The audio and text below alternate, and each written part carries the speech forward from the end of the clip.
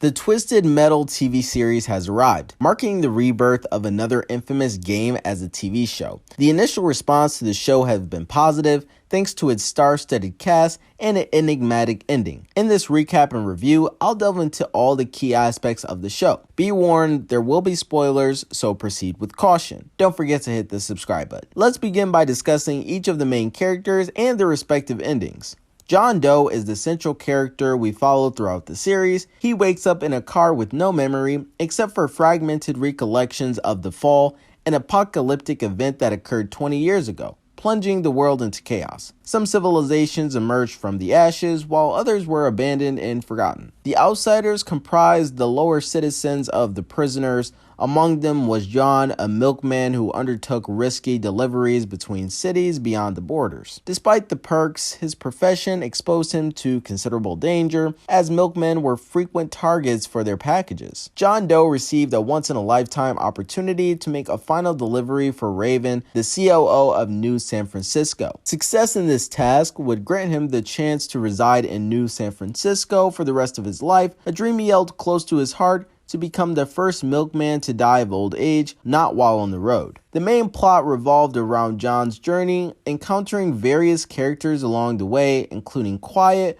with whom he developed an intimate relationship and developed feelings for, adding depth and complexities to his adventure. However, fulfilling his dream seemed uncertain due to Raven's role as a driver of the vehicle called Shadow, suggesting it might not be realized in this series. John had a diverse group of individuals on his side during his mission, including Sweet Tooth, whom he successfully persuaded to join his cause. Watts and Amber and the Trucks were also supportive allies. However, Agent Stone proved to be a major obstacle during the final stage of his job. Stone was power-hungry and insecure, considering the roads his own territory, making it difficult for John to pass. John shared a deep bond with his car, affectionately named Evelyn, as it had saved him years ago when he first woke up. The car held immense significance, and John always took care of it. Bloody Mary's remark questioning whether he valued Evelyn over his mission raised doubts, though it seemed that he prioritized Evelyn during their encounter with the holy men and preacher. Tragically, the car was ultimately destroyed,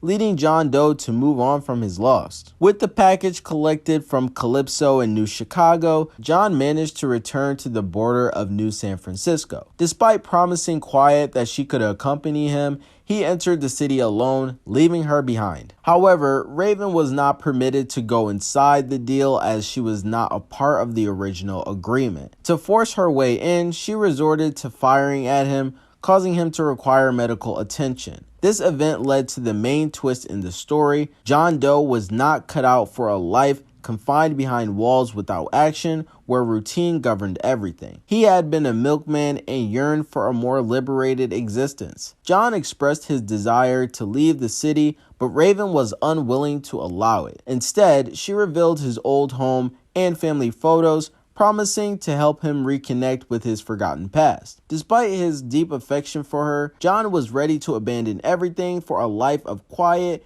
and to be with Raven, an emotion he had never felt for anyone else. However, Raven firmly rejected his plea, informing him that he couldn't leave because he was destined to participate in a tournament pitting the best drivers from all over the country against each other, with only one person surviving in the end. He served as her driver during the initial 10-day quest to retrieve the ice cream from Calypso, which was actually a test. The challenge was twofold: to assess his abilities and survival instincts, both of which he proved to be capable of. Season 2's setup involved a variety of characters appearing on the board, including the Preacher, Watts, and even Axel, who was from the game but not seen in the show. Quiet's narrative centered around overcoming adversity and seeking a sense of belonging in a world that rejected her. Her story began when her brother tragically took his own life due to Agent Stone's manipulation, which fueled her determination throughout the show. Seeking revenge against the insecure Agent Stone, who abused his power, was her driving force. The series depicted the harsh reality of the world after the fall, wherein modern-day slavery persisted and people were lured with false promises and exploited. The death of her brother haunted her for an extended period, and it was only through meeting John Doe and receiving his support that she could shift her focus to something else, finding purpose in her life. Her moment of truth arrived during her confrontation with Agent Stone, a climatic showdown resembling the intense gameplay of the Twisted Metal game. The vehicles and drivers clashed, with only one survivor emerging victorious. As the battle narrowed down to John Doe, Quiet, and Agent Stone, they engaged in a fierce head-on collision. Using a ramp on roadkill, Evelyn's replacement, they sent Stone flying into a crash. Though he survived, Stone ruthlessly attempted to end Quiet's life. In a twist of fate, John Doe managed to land a crucial shot, hitting Stone in the face, mirroring the predicament he had once left for Quiet and her late brother. Stone had the power to determine whether he would meet his end slowly or swiftly, and that choice rested solely in his hands. As we heard the weapon discharge while Quiet and John Doe departed from the scene, it seemed that Stone opted for a swift departure. Quiet, unable to enter New San Francisco, transformed into a Robin-like figure, stealing from the milkman and redistributing half of the goods to the less fortunate beyond the city walls. She deeply missed John, and their memories haunted both of them. The season's final scene featured Quiet encountering Dollface, a character who had not appeared in the series until that moment. Dollface recognized Quiet, leaving us to wonder what their encounter would lead to. Would they join forces or become adversaries?